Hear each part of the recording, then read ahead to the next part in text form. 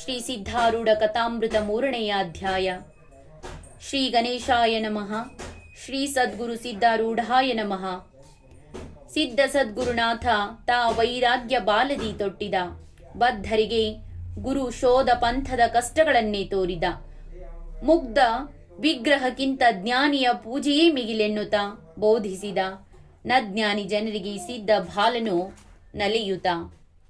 ಶ್ರೀ ಸದ್ಗುರು ಸಿದ್ಧನಾಥನೇ, ನಿನಗೆ ಜಯವಾಗಲಿ. ನಿನ್ನ ಚಿಂತನವನ್ನ ಮಾಡುವುದರಿಂದ ಭಕ್ತರ ಸರ್ವ ವ್ಯಥೆಗಳನ್ನ ನಿವಾರಿಸಿ ಅವರ ಚಿತ್ತಕ್ಕೆ ಆನಂದವನ್ನ ಕೊಟ್ಟು ನೀನು ಅವರನ್ನ ಭವದೊಳಗಿಂದ ತಾರಿಸುವೆ. ಹೇ ಸದ್ಗುರುವೆ, ನೀನು ಒಲಿದಿಯಾದರೆ ಸಂಸಾರಕ್ಕೆ ಯಾರು ಭಯಪಡುವರು? ಯಾರು ನಿಷ್ಕಾಮವಾಗಿ ನಿನ್ನನ್ನ ಹೃದಯದೊಳಗೆ ಭಜಿಸುವರೋ ಅವರನ್ನ ನೀನು ಕಾಪಾಡುವಿ. ತೀರ್ಥಯಾತ್ರೆ ಮಾಡಿ ವ್ಯರ್ಥ ಸಂಕಟ ಪಡುವರು. ಅವರು ಗ್ರಹದಲ್ಲಿಯೇ ಇದ್ದು ನಿನ್ನನ್ನ ಜ್ಞಾನಿಸಿದ್ದಾರೆ. ನೀನು ಹೃದಯದಲ್ಲಿ ಪ್ರಕಟನಾಗಿ ಅವರಿಗೆ ನಿಜ ಪಥವನ್ನ ಕೊಡುವಿ. ಆ ನಿಜ ಪದ ಹೊಂದಿ ಚಿಂತೆ ತಪ್ಪಿತು. ಬುದ್ಧಿಯು ಬ್ರಹ್ಮಾನಂದದಲ್ಲಿ ಶಾಂತವಾಯಿತು. ಮುಕ್ತತೆಯು ತಾನೇ ಕೈ ಸೇರಿತು. ಇಂತಹ ದಯಾಳುವಾದ ಸದ್ಗುರುರಾಯನೇ, ನಿನ್ನ ಚರಣದಲ್ಲಿ ಸಂಸಾರ ಭಯವಿಲ್ಲ. ಅಲ್ಲಿಯೇ ನನಗೆ ಸ್ಥಾನವನ್ನ ಪಾಲಿಸು. ಅದರಿಂದ ನಾನು ಸರ್ವದಾ ನಿರ್ಭಯನಾಗುವೆನು. ಇರಲಿ. ಕುಲಗುರುಗಳಾದ ವೀರಭದ್ರ ಸ್ವಾಮಿಯವರು ನಿತ್ಯ ವೇದಾಂತ ಶ್ರವಣ ಮಾಡುತ್ತಿರುವಾಗ ತಾಯಿಯ ಅಂಕದಲ್ಲಿ ಕೂತು ಸಿದ್ಧನು ಬಹು ಆದರದಿಂದ ಶ್ರವಣ ಮಾಡುವನು. ಒಂದಾನೊಂದು ದಿನ ಶ್ರವಣ ಕಾಲದಲ್ಲಿ ವೈರಾಗ್ಯ ಬೋಧಿಸುವ ಉದ್ದೇಶದಿಂದ ಸ್ವಾಮಿಯವರು ಅಂದದ್ದೇನೆಂದರೆ, ಒಂದು ಕಾಲದಲ್ಲಿ ಪೃಥ್ವಿಯು ಸಾಗರದಲ್ಲಿ ಕರಗಿ ಹೋಗುವುದು, ಮೇರು ಪರ್ವತವಾದರೂ ಬಿದ್ದು ಹೋಗುವುದು, ಪಂಚಭೂತಗಳು ನಾಶ ಹೊಂದುವವು, ಸ್ವರ್ಗಾದಿ ಸಮಸ್ತ ಲೋಕಗಳು ಸಹ ಪ್ರಳಯಾಗ್ನಿಯಲ್ಲಿ ಸುಟ್ಟು ಹೋಗುವವು. ಆ ಸಮಯದಲ್ಲಿ ದೇಹವೇ ತಾನೆಂದು ಇಲ್ಲಿ ಸುಖವನ್ನ ಭೋಗಿಸುವೆನೆಂದು ಅನ್ನುವಂತಹ ಭ್ರಾಂತ ಮನುಷ್ಯನ ಸ್ಥಿತಿ ಏನೆಂದು ಹೇಳಲಿ? ಇದನ್ನು ಕೇಳಿದ ಸಿದ್ಧನು ಗುರುಗಳ ಕುರಿತು, ಸ್ವಾಮಿ, ಆಕಾಶವು ಹೇಗೆ ಪ್ರಳಯ ಹೊಂದುವುದು ಎಂದು ಅಂದದ್ದಕ್ಕೆ ಗುರುಗಳು, ಹೇ ತಮ್ಮ, ಆತ್ಮನು ಭವಿಯಾದ ಯೋಗ್ಯ ಗುರುವಿಗೆ ಈ ಪ್ರಶ್ನೆಯನ್ನ ಕೇಳತಕ್ಕದ್ದು ಅಂದರು. ಕುಲಗುರುಗಳ ಈ ವಚನವನ್ನ ಕೇಳಿ ಸಿದ್ಧನು ತಾನು ಬ್ರಹ್ಮವೇತ್ತನಾದ ಗುರುವನ್ನ ಹುಡುಕಬೇಕು ಎಂದು ಮನಸ್ಸಿನಲ್ಲಿ ನಿರ್ಧರಿಸಿದನು. ಮರುದಿನ ಪ್ರಾತಃ ಕಾಲದಲ್ಲಿ ಸಿದ್ಧ ಬಾಲಕನು ಮನೆಯಲ್ಲಿ ಯಾರಿಗೂ ಹೇಳದೆ ರಸ್ತೆ ಹಿಡಿದು ಹೋಗುತ್ತಿರುವಾಗ ಅವನ ಮಿತ್ರರಾದ ಸೋಮ ಮತ್ತು ಭೀಮ ಎಂಬವರಿಬ್ಬರು ದಾರಿಯಲ್ಲಿ ಭೇಟಿಯಾದರು. ಅವರು ಸಿದ್ಧನನ್ನ ಕುರಿತು, ಅಪ್ಪ, ಎತ್ತಲಾಗಿ ಹೊರಟಿರುವೆ ಎಂದು ಕೇಳಲು ಸಿದ್ಧನು, ಸರ್ವ ಪ್ರಪಂಚ ನಾಶವಾಗುವುದು. ಹೀಗಿರುವಾಗ ಇಲ್ಲಿದ್ದು ಏನು ಪ್ರಯೋಜನ? ದೇಹವಿರುತ್ತ ಪ್ರಾಣಿಯು ತನ್ನ ನಿಜಾತ್ಮ ಸಂಪಾದನೆಗೋಸ್ಕರ ಯತ್ನ ಮಾಡತಕ್ಕದ್ದು. ಆ ಸಲುವಾಗಿ ಗುರುಬೋಧವು ಬೇಕಾಗಿರುತ್ತದೆ. ಇಲ್ಲವಾದರೆ ಸರ್ವ ಯತ್ನಗಳು ವ್ಯರ್ಥ. ಆದ್ದರಿಂದ ನಾನು ಈಗ ಗುರು ಶೋಧನೆಗೆ ಹೊರಟಿರುವೆನು ಎಂದು ಉತ್ತರ ಕೊಟ್ಟನು. ಅದಕ್ಕವನು, ಇಷ್ಟು ಚಿಕ್ಕ ವಯಸ್ಸಿನಲ್ಯಾಕೆ? ಈ ಕೆಲಸವು ವೃದ್ಧಾಪ್ಯ ಕಾಲದಲ್ಲಿ ಶೋಭಿಸುವುದು ಎಂದು ಅಂದದ್ದು ಕೇಳಿ, ಮುದಿ ವಯಸ್ಸಿನಲ್ಲಿ ಇದು ಸಾಧ್ಯವಾಗುವುದಿಲ್ಲ. ಯಾಕೆಂದರೆ ಯೌವನ ಕಾಲದಲ್ಲಿ ಕಾಮ ಕ್ರೋಧಾದಿಗಳ ವಿವೇಕ ಕಣ್ಣುಗಳನ್ನ ಕುರುಡು ಮಾಡುವವು. ಅದರಿಂದ ಸ್ವರೂಪ ಬೋಧವು ಮರೆತು ಅಗಾಧವಾದ ದುಃಖ ಬೇಕಾಗುವುದು.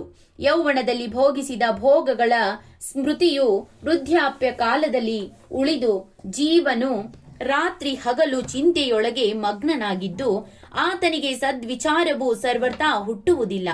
ಆಗ ಚಿತ್ತವು ಬಹಳ ಚಂಚಲವಾಗುವುದು. ಇದಲ್ಲದೆ ಮರಣ ಭೀತಿಯು ನಿರಂತರ ಕಾಡುವುದು. ಈ ಪ್ರಕಾರ ಜೀವನು ತಳಮಳಿಸುತ್ತಿದ್ದು ಆತನಿಗೆ ವೇದಾಂತ ಶ್ರವಣವಾದರೂ ನಿರರ್ಥಕವಾಗುವುದು. ಆದ್ದರಿಂದ ಸ್ವಚ್ಛಂದವಿರುವ ಬಾಲ್ಯ ಸ್ಥಿತಿಯಲ್ಲಿ ಆತ್ಮಜ್ಞಾನಿಯಾದ ಗುರುವನ್ನ ಶೋಧಿಸತಕ್ಕದ್ದು. ಅಂತಹ ಗುರುವಿನ ಉಪದೇಶವನ್ನ ಕೈಕೊಂಡು ಜ್ಞಾನ ಸಂಪಾದನೆ ಮಾಡುವುದರಲ್ಲಿ ವರ್ತಿಸತಕ್ಕದ್ದು ಎಂದು ಸಿದ್ಧನು ನುಡಿದನು. ಬಾಲಕನಾದ ಸಿದ್ಧ ಮುನಿಯು ಹೀಗಂದ ವಚನವನ್ನ ಕೇಳಿದ ಕೂಡಲೇ ಅವರಿಬ್ಬರು ಚಿತ್ತದೊಳಗೆ ವಿಚಾರ ಪ್ರಕಾಶಿಸಿ ಸಿದ್ಧನನ್ನ ಕುರಿತು, ಹಾಗಾದರೆ ಅಪ್ಪ, ನಿನ್ನ ಸಂಗಡ ನಾವು ಬರುವೆವು. ಸದ್ಗುರುವಿಗೆ ಶರಣ ಹೊಕ್ಕು ಆತ್ಮಜ್ಞಾನವನ್ನ ಪ್ರಾಪ್ತಿ ಮಾಡಿಕೊಂಡು ಮರಳಿ ಮನೆಗೆ ಬಂದು ನಮ್ಮ ಕಾರ್ಯಗಳಲ್ಲಿ ಉದ್ಯುಕ್ತರಾಗುವೆವು ಎಂದು ಅಂದದ್ದಕ್ಕೆ ಸಿದ್ಧನು ಒಡಂಬಟ್ಟನು. ಮೂವರು ದಾರಿ ನಡೆಯುತ್ತಾ ಒಂದು ಹರದಾರಿ ಮೇಲೆ ಒಂದು ಗ್ರಾಮಕ್ಕೆ ಮುಟ್ಟಿದರು. ಆ ಸಮಯದಲ್ಲಿ ಸೋಮ ಭೀಮರು ಹಸಿವೆಯಿಂದ ಬಹಳ ತಾಪ ಹೊಂದಿದವರಾಗಿ ಸಿದ್ಧನನ್ನ ಕುರಿತು, ಮಿತ್ರನೇ, ನಮಗೆ ಬಹಳ ಹಸಿವಾಗಿದೆ. ಇಲ್ಲಿ ನಮಗೆ ಯಾರು ಅನ್ನವನ್ನ ಕೊಟ್ಟಾರು ಅಂದದ್ದನ್ನ ಕೇಳಿ ಸಿದ್ಧನು, ದೇಹದ ಚಿಂತೆಯನ್ನ ಮಾಡಬೇಡಿರಿ. ಹೃದಯದಲ್ಲಿ ಅಖಂಡವಾಗಿ ಪರಮಾತ್ಮನ ಧ್ಯಾನವನ್ನ ಮಾಡಿ ಆ ಸುಖಾಮೃತದ ಪಾನವನ್ನ ಮಾಡಿದ್ದಾದರೆ ಜೀವಕ್ಕೆ ಸಮಾಧಾನವಾಗುವುದು. ಇಂಥ ತೃಪ್ತಿಯು ಅನ್ನದಿಂದಾಗದು. ಇದು ತಿಳಿಯದವರು ಅನ್ನ ಬೇಡುವರು. ದೇಹವನ್ನು ಪರಮಾತ್ಮನ ಕೊಟ್ಟಿರುವನಾದ್ದರಿಂದ ಆತನೇ ಅದನ್ನ ರಕ್ಷಿಸಬೇಕು ಎಂದು ಉತ್ತರ ಕೊಟ್ಟನು. ಇದನ್ನ ಕೇಳಿ ಅವರಿಬ್ಬರೆನ್ನುತ್ತಾರೆ, ನಿನ್ನ ಶಾಸ್ತ್ರ ಉತ್ಪತ್ತಿಯನ್ನು ನಾವು ಬಲ್ಲೆವು. ಹಸಿವೆಯಿಂದ ಪ್ರಾಣಗಳು ತಳಮಳಿಸುತ್ತಿರುವಾಗ ಅನ್ನದ ಹೊರತು ಮತ್ಯಾರಿಂದಲೂ ನಡೆಯಲಾರದು. ಇದೇ ಅರ್ಥದಲ್ಲಿ ಪರಾಶರ ಸ್ಮೃತಿಯು ಪ್ರಾಣವು ಅನ್ನಾಧಾರದಿಂದಿರುವುದು ಎಂದು ಅನ್ನುತ್ತದೆ. ಪ್ರಾಣ ತೃಪ್ತಿಯಿಂದ ಮನಸ್ಸಿಗೆ ಶಾಂತಿ, ಅದರಿಂದ ಅದು ಜ್ಞಾನಕ್ಕೆ ಬರುವುದು ಎಂದು ಹೇಳುವುದನ್ನ ಕೇಳಿ ಸಿದ್ಧನು, ಇಷ್ಟು ವಿಚಾರ ತಿಳಿದಿರುವಾಗ ಅಣ್ಣಗೋಸ್ಕರ ಯಾಕೆ ದುಃಖಿಸಬೇಕು? ತಗೋ. ಇಷ್ಟು ವಿಚಾರ ತಿಳಿದಿರುವಾಗ ಅಣ್ಣಗೋಸ್ಕರ ಯಾಕೆ ದುಃಖಿಸಬೇಕು? ಸರ್ವ ಜಗತ್ತನ್ನು ಪೋಷಿಸುವಂತಹ ಸರ್ವೇಶ್ವನಿರುತ್ತಾನೆ. ಅವನೇ ನಿಮಗಾದರೂ ಅನ್ನ ಪೂರೈಸುವನು. ಕ್ಷುಧೆಯ ನಿಮಗೆ ಸ್ವಾಭಾವಿಕವಲ್ಲ. ಮನಸ್ಸು ಹೃದಯದ ಕಮಲದ ದಳಗಳ ಪೈಕಿ ಕ್ಷುಧೆಯೂ ದಳಕ್ಕೆ ಹೋದಾಗೆ ಹಸಿವೆಯಾಗುವುದು. ಆಗ ಮನಸ್ಸನ್ನ ಇತರ ದಳಕ್ಕೆ ಹಚ್ಚಬೇಕು. ಅದರಿಂದ ಹಸಿವು ಜಯಿಸಲ್ಪಡುವುದು. ಇದು ಜ್ಞಾನದಿಂದ ಆಗುವುದು. ಇತರ ಉಪಾಯ ನಡೆಯಲಾರದು. ಯಾಕೆಂದರೆ ಜ್ಞಾನದಲ್ಲಿ ಪ್ರಾಣವು ಸ್ತಬ್ಧವಾಗುತ್ತದೆ. ಇದರಿಂದ ಜಠರಾಗ್ನಿಯು ಉದ್ವಿಗ್ನವಾಗುವುದು. ಆಗ ಕ್ಷುಧೆಯು ಶಾಂತವಾಗಿ ಜೀವಕ್ಕೆ ಬಾಧೆಯಾಗುವುದಿಲ್ಲ ಎಂದು ಅಂದನು. ಈ ಪ್ರಕಾರ ಸಿದ್ಧನ ವಚನಾಮೃತವನ್ನ ಕೇಳಿ ಅವರು ಶಾಂತಚಿತ್ತರಾದರು. ಮಾರ್ಗ ಶ್ರವಣ ಮಾಡಿ ಮುಂದೆ ಒಂದು ಗ್ರಾಮಕ್ಕೆ ಪ್ರಾಪ್ತರಾಗಿ ಮೂವರು ಒಂದು ಬಸವನ ಗುಡಿಯಲ್ಲಿ ಪ್ರವೇಶಿಸುತ್ತಾರೆ. ಮಾರ್ಗಾಯಾಸದಿಂದ ಖಿನ್ನರಾಗಿದ್ದ ಸೋಮ ಭೀಮರಿಬ್ಬರು ಆ ಗುಡಿಯ ಒಂದು ಮೂಲೆಯಲ್ಲಿ ಮಲಗಿಕೊಂಡು ನಿದ್ದೆ ಹೋಗುತ್ತಾರೆ. ಆ ಸಮಯದಲ್ಲಿ ಸಿದ್ಧನು ಸುಂದರವಾದ ಬಸವಣ್ಣನ ಮೂರ್ತಿಯನ್ನ ಕಂಡು ಅದರ ಬೆನ್ನ ಮೇಲೆ ಹತ್ತಿ ಕೂತುಕೊಳ್ಳುತ್ತಾನೆ. 7 ವರ್ಷದ ಸಿದ್ಧನು ಮನೋಹರವಾದ ಮೂರ್ತಿಯ ಬಸವಣ್ಣನ ಮೇಲೆ ಶೋಭಿಸುತ್ತಿತ್ತು. ಅದೇ ಸಮಯದಲ್ಲಿ ಪೂಜಾರಿಯು ಬಂದು ಬಸವಣ್ಣನ ಮೇಲೆ ನಗುಮುಖದಿಂದ ಶಾಂತವಾಗಿ ಕೂತಿರುವ ಸಿದ್ಧನನ್ನ ಕಂಡು ಕ್ರೋಧಿಷ್ಠನಾಗಿ, ಎಲೆ ಮಗನೇ, ನೀನೆಲ್ಲಿರುವೆ? ಈಗಿಂದೀಗಲೇ ಕೆಳಗಿಳಿ. ನಿನ್ನ ಭಯ ಭಕ್ತಿಯನ್ನ ಎಲ್ಲಿಟ್ಟಿರುವೆ ಎಂದು ಕೇಳಲು ಸಿದ್ಧನು ಪರಮಾತ್ಮನಲ್ಲಿಟ್ಟಿರುವೆನು ಅಂದನು. ಆದರೆ ನೀನು ಕಲ್ಲಿನಲ್ಲಿಟ್ಟಿರುವೆ ಎಂದು ಹೇಳಿದ್ದನ ಕೇಳಿ ಅವನು ಬುದ್ಧಿಯ ವಿಚಾರಕ್ಕೆ ಬಿತ್ತು. ಸಿದ್ಧನು ಅವನನ್ನ ನೋಡಿ ನಗುತ್ತಿರುವಾಗ ಪೂಜಾರಿಯು, ಎಲೆ, ನಿನಗೆ ಪ್ರಾಯಶ್ಚಿತ ಮಾಡುವೆನು ಎಂದು ನುಡಿದು ಗ್ರಾಮದೊಳಗೆ ಹೋಗಿ ಕೆಲವು ಹೊತ್ತಿನ ಮೇಲೆ ಕೆಲವು ಗ್ರಾಮಸ್ಥರನ್ನ ಕೂಡಿಕೊಂಡು ಗುಡಿಗೆ ಬಂದು ಬಸವಣ್ಣನ ಮೇಲೆ ಕೂತಿರುವ ಸಿದ್ಧ ಬಾಲಕನ ಮೂರ್ತಿಯನ್ನು ಅವರಿಗೆ ತೋರಿಸುತ್ತಾನೆ. ಅವರು ಸಿದ್ಧನನ್ನ ನೋಡಿ ಸಿಟ್ಟಿಗೆದ್ದು, ಎಲ್ಲೋ ನಿನಗೆ ಹೊಡೆದು ಕೆಳಗೆ ಬೀಳಿಸುವೆವು ಎಂದು ಸಮೀಪಕ್ಕೆ ಬರುತ್ತಾರೆ. ಸಿದ್ಧನಾದರೂ ನಿರ್ಭಯನಾಗಿ ಅವರ ಕಡೆಗೆ ನೋಡುತ್ತಿದ್ದದ್ದನ್ನು ಆಗ ಅವರೊಳಗೊಬ್ಬನು ಸಿದ್ಧನಿಗೆ ಮುಷ್ಟಿ ಪ್ರಹಾರ ಮಾಡಬೇಕೆಂದು ಕ್ರೋಧದಿಂದ ಕೈ ಎತ್ತುವಾಗ ಕೈಗೆ ಗೋಡೆಯೊಳಗಿನ ಒಂದು ಮೊಳೆಯು ತಗಲಿ ರಕ್ತ ಸೋರ ಹತ್ತಿತು. ಇದನ್ನ ಕಂಡು ಇತರರು ಹಿಂಜರಿದು ಕೇಳುತ್ತಾರೆ, ಎಲೆ ಉನ್ಮತ ಹುಡುಗನೇ, ದೇವರ ಮೇಲೆ ಯಾತಕ್ಕೆ ಕೂತಿರುವೆ? ಅವರನ್ನ ನೋಡಿ ನಗುಮುಖದಿಂದ ಸಿದ್ಧನು, ಕೂತವನು ದೊಡ್ಡವನೋ ಕೂಡಿಸಿಕೊಂಡವನು ದೊಡ್ಡವನೋ ನೀವೇ ಹೇಳಿರಿ. ಈ ವಿಗ್ರಹಕ್ಕೆ ಬಹುಕಾಲದಿಂದ ಅಭಕ್ತ ಜನರು ಭಜಿಸುತ್ತಾ ಇದ್ದುದರಿಂದ ಇದರ ದೈವಿಕ ಸತ್ವ ಹೋಗಿ ಶಿಲಾ ಮಾತ್ರ ಉಳಿದಿರುತ್ತದೆಂದು ಇದರಲ್ಲಿ ಪ್ರಾಣ ಪ್ರತಿಷ್ಠೆ ಮಾಡುವುದಕ್ಕೆ ಪ್ರವರ್ತಿಸುವೆನು ಎಂದು ಅನ್ನುವ ಜ್ಞಾನಯುಕ್ತ ಹೃದಯದೊಳಗಿಂದ ಹೊರಟ ಅಮೃತಮಯ ವಚನಗಳನ್ನ ಕೇಳಿ ಅವರೆಲ್ಲರೂ ಚಕಿತರಾಗಿ ಒಬ್ಬರಿಗೊಬ್ಬರು ಅನ್ನುತ್ತಾರೆ, ಈ ಭಾಷಣವು ಅಲ್ಪವಲ್ಲ. ಇದರಲ್ಲಿ ಜ್ಞಾನ ಪ್ರತಾಪವು ಪ್ರಕಾಶಿಸುತ್ತದೆ. ಬಾಲರೂಪನಾಗಿ ಕಾಣಿಸುತ್ತಿದ್ದರೂ ಈತನು ಮಹಾಪುರುಷನಿರುವನು. ಈ ಪ್ರಕಾರ ಅಂದು ಅವರೆಲ್ಲರೂ ಭಕ್ತಿಯಿಂದ ಸಿದ್ಧನ ಚರಣಗಳನ್ನ ಹಿಡಿಯುವಂತರಾದರು. ಆಗ ಅವರನ್ನ ಕುರಿತು ಸಿದ್ಧನು ಅಂದದ್ದೇನೆಂದರೆ, ಭಕ್ತರೇ, ನನ್ನ ವಚನವನ್ನ ಕೇಳಿ. ಮಹಾತ್ಮನ ಪೂಜೆಯೇ ಶ್ರೇಷ್ಠವಾದದ್ದು. ಮೂರ್ತಿ ಪೂಜೆ ಅದಕ್ಕೂ ಕನಿಷ್ಠವು. ಯಾಕೆಂದರೆ ಮಹಾತ್ಮರ ರೂಪಿನಿಂದ ಪರಮಾತ್ಮನು ಪ್ರತ್ಯಕ್ಷನಿರುವನು ಎಂದು ಶ್ರುತಿ ಸ್ಮೃತಿಗಳ ಸ್ಪಷ್ಟವಾಗಿ ಹೇಳುತ್ತವೆ. ಹೇಗೆ ಗರ್ಭಗತ ಪ್ರಾಣಿಗೆ ತಾಯಿ ಮುಖದಲ್ಲಿ ಹಾಕಿದ ಅನ್ನದಿಂದಲೇ ತೃಪ್ತಿಯಾಗುವುದೋ ಹಾಗೆ ಮಹಾತ್ಮರಿಗೆ ಪೂಜಿಸುವುದರಿಂದ ಪರಮಾತ್ಮನ ಪ್ರೀತನಾಗುವನು. ಈ ಮಹದ್ಭಾಷವನ್ನ ಕೇಳಿದ ಕೂಡಲೇ ಸಕಲ ಜನರು ಆಶ್ಚರ್ಯಚಕಿತರಾಗಿ ಈ ಮಹಾತ್ಮರನ್ನ ಪೂಜಿಸುವೆವೆಂದು ಅಂದುಕೊಂಡರು. ಪೂಜಾ ಸಾಮಗ್ರಿ ತರಲಿಕ್ಕೆ ಗೃಹಗಳಿಗೆ ಹೋಗುತ್ತಾರೆ. ಈ ವರ್ತಮಾನವನ್ನ ಗ್ರಾಮದ ಇತರ ಜನರು ಕೇಳಿಕೊಂಡು ಸರ್ವರು ಪೂಜಾ ನೈವೇದ್ಯ ಪದಾರ್ಥಗಳನ್ನ ತಕ್ಕೊಂಡು ಅತ್ಯಾತುರದಿಂದ ಬಸವಣ್ಣನ ಮೇಲೆ ಕೂತಿರುವ ಸಿದ್ಧನ ಬಳಿಗೆ ಬಂದರು. ಪುರುಷರು, ಸ್ತ್ರೀಯರು, ಬಾಲಕರು ಹೃದಯದಲ್ಲಿ ಅತ್ಯಂತ ಆಹ್ಲಾದಯುಕ್ತರಾಗಿ ನಂದಿಯ ಮೇಲೆ ಆರೂಢನಾಗಿರುವ ಸುಂದರ ಮೂರ್ತಿಯನ್ನ ಕಂಡು ಬಹಳ ಹರ್ಷಪಟ್ಟರು. ಸಿದ್ಧನನ್ನ ಪೂಜಿಸಿ ನೈವೇದ್ಯದಿಂದ ತುಂಬಿದ ಪಾತ್ರೆಗಳನ್ನ ಆತನ ಮುಂದಿಟ್ಟು ಸೇವಿಸಬೇಕೆಂದು ಪ್ರಾರ್ಥಿಸಿಕೊಳ್ಳುತ್ತಾರೆ. ಅಷ್ಟರಲ್ಲಿ ನಿದ್ದೆ ಹೋಗುತ್ತಿದ್ದ ಸೋಮ ಭೀಮರಿಬ್ಬರು ಎಚ್ಚೆತ್ತು ಸಿದ್ಧನ ಬಳಿಗೆ ಬಂದು ಮಧುರವಾದ ನೈವೇದ್ಯ ಪದಾರ್ಥಗಳನ್ನ ನೋಡಿ ತವಕದಿಂದ ಅವನನ್ನ ಹಿಡಿಯುತ್ತಿರುವಾಗ ಅವರಿಗೆ ಸಿದ್ಧನು, ನೋಡಿರಿ, ಈಶ್ವರನು ನಮ್ಮ ದೆಸೆಯಿಂದ ಅನ್ನವನ್ನ ಇಲ್ಲಿಗೆ ಕಳುಹಿಸಿಕೊಟ್ಟಿದ್ದಾನೆ. ಈಗ ಈಶ್ವರನ ನಾಮಸ್ಮರಣೆ ಮಾಡುತ್ತಾ ನಿಮ್ಮ ಕ್ಷುದೆಯ ಶಾಂತ ಮಾಡಿಕೊಳ್ಳಿರಿ ಎಂದು ನುಡಿದನು. ಕೂಡಲೇ ಅವರು ಭೋಜನವನ್ನ ಆರಂಭಿಸಿದರು. ಸಿದ್ಧನು ಸ್ವಲ್ಪ ಅನ್ನವನ್ನ ಸೇವಿಸಿ, ಈ ಜನರ ಸಂಗತಿಯನ್ನ ಈಗ ನಮಗೆ ಒಳ್ಳೆಯದಲ್ಲ ಎಂದು ಅಂದುಕೊಂಡು ತನ್ನ ಮಿತ್ರರಿಗೆ ನೇತ್ರ ಸಂಕೇತ ಮಾಡಿ ಜನರ ದೃಷ್ಟಿ ತಪ್ಪಿಸಿ ಸಿದ್ಧನು ಅಲ್ಲಿಂದ ನಡೆದನು. ಮೂವರು ಮುಂದೆ ಹೋಗುತ್ತಿರುವಾಗ ഇരുಳಾಯಿತು. ಆಗ ಸೋಮನು ಸಿದ್ಧನನ್ನ ಕುರಿತು, ಗೆಳೆಯನೇ, ನಮ್ಮನ್ನ ಇನ್ನೆಲ್ಲಿ ಕರೆದುಕೊಂಡು ಹೋಗುವೆ? ನಾವು ಈ ಅಡವಿಯೊಳಗೆ ಸಿಲುಕಿದೆವು, ದಾರಿ ಕಾಣಿಸುತ್ತಿಲ್ಲ ಎಂದು ಅನ್ನುತ್ತಿರುವಾಗ ಭೀಮನು ಅವನಿಗೆ ಸಮಾಧಾನ ಪಡಿಸಿ, ಸೋಮನೇ, ಭಯವನ್ನ ಬಿಡು, ಈಶ್ವರನು ಸದಾ ಸಮೀಪ ಇರುವನು, ಆತನೇ ನಮ್ಮ ರಕ್ಷಿಸುವನು, ಆತನೇ ಈ ಕಾಲದಲ್ಲಿ ನಮ್ಮ ಸ್ಥಿರವಾದ ಸಖನು, ಆತನ ಮೇಲೆ ಭಾರವನ್ನಿಟ್ಟು ನಾವು ಧೈರ್ಯವಿಡಿದು ಮಾರ್ಗ ಕ್ರಮಿಸುವ ಎಂದು ನುಡಿದದ್ದನ್ನ ಕೇಳಿ ಸೋಮನು ಸ್ವಸ್ಥನಾಗಿ ಹೆದರಿ ಮುಂದಕ್ಕೆ ಹತ್ತಿದನು. ಆಗ ಸೋಮನ ಕಾಲೊಳಗೆ ಒಂದು ಮುಳ್ಳು ಮುರಿಯಿತು. ನೋವು ತಾಳಲಾರದೆ ಅವನು ಅಲ್ಲೇ ಕೂತು ಅಳುತ್ತಾ, ನಾನು ಬಂದದ್ದೇ ತಪ್ಪಾಯಿತು, ಈಗ ಏನು ಮಾಡಲಿ? ನಾನು ಇದರೊಳಗಿಂದ ಬದುಕಿದರೆ ಇನ್ನು ಮೇಲೆ ಇಂಥವರ ಸಂಗತಿ ಮಾಡಲಿಕ್ಕಿಲ್ಲ ಎಂದು ಅನ್ನಲಿಕ್ಕೆ ಆರಂಭಿಸಿದನು. ಆಗ ಸಿದ್ಧನು ಭೀಮನು ಅವನ ಕೈ ಹಿಡಿದು ಅರಣ್ಯದೊಳಗಿಂದ ಹೋಗುತ್ತಿರುವಾಗ ಅಡವಿ ಮೃಗಗಳ ಭಯಂಕರ ಗರ್ಜನೆಯು ಸಮೀಪದಲ್ಲಿ ಕೇಳಿಬಂತು. ಆಗ ಭೀಮನು ಭಯಭೀತನಾಗಿ, ಸಿದ್ಧನೇ, ನನಗೆ ಬಹಳ ಭಯವಾಗುತ್ತಿದೆ, ಬೇಗನೆ ಗ್ರಾಮವನ್ನ ಸೇರೋಣ, ನನ್ನಿಂದ ಇಂತಹ ದಾರಿಯಿಂದ ನಡೆಯಲಾಗದು ಎಂದನ್ನುವುದನ್ನ ಕೇಳಿ ಸಿದ್ಧನು, ಗುರುಶೋಧ ಪಂಥವು ಅತೀ ದಾರುಣವಾದುದು, ದೇಹಾಭಿಮಾನವಿಡಿದು ಇಲ್ಲಿ ನಡೆಯಲಾಗದು, ಮಹತ್ವವಾದ ಜನ್ಮ ದುಃಖವನ್ನ ನೆನೆದರೆ ಈ ದೇಹ ದುಃಖವು ಅತ್ಯಲ್ಪವಾದದ್ದು, ಅಂತಹ ಜನ್ಮ ದುಃಖವು ಗುರುವಿನಿಂದ ಪಡೆಯುವ ಆತ್ಮಜ್ಞಾನದಿಂದ ತಪ್ಪುವುದು, ದೇಹ ದುಃಖಕ್ಕೆ ಉದಾಸೀನವಾದಾಗಲೇ ಗುರು ದಾಸ್ಯಕ್ಕೆ ಅಧಿಕಾರ ಬರುವುದು, ಗುರು ದಾಸ್ಯದ ವಿನಃ ಕೃಪಾಪೂರ್ವಕ ಗುರುಪದೇಶವು ಪ್ರಾಪ್ತವಾಗುವುದು, ಕೃಪಾಯುಕ್ತ ಗುರುಪದೇಶವು ಪ್ರಾಪ್ತವಾಯಿತೆಂದರೆ ದೇಹ ಬುದ್ಧಿ ರೂಪವಾದ ಜನ್ಮ ಮರಣ ದುಃಖ ಫಲವುಳ್ಳ ಈ ಸಂಸಾರವು ನಾಶವಾಗುವುದು. ಸದ್ಗುರುವೇ ತಾನು ಹೃದಯದಲ್ಲಿ ಕೂತಿದ್ದು ಮುಮುಕ್ಷುವಿಗೆ ಬಹಿರದಲ್ಲಿ ಭಯವನ್ನ ತೋರಿಸುವನು. ಈ ಪ್ರಕಾರ ಒಳ್ಳೆಯ ರೀತಿಯಾಗಿ ಆತನ ಪರೀಕ್ಷೆ ತಕ್ಕೊಂಡು ಯೋಗ್ಯವಾಗಿದ್ದರೆ ಕೃಪಾ ಮಾಡುವನು.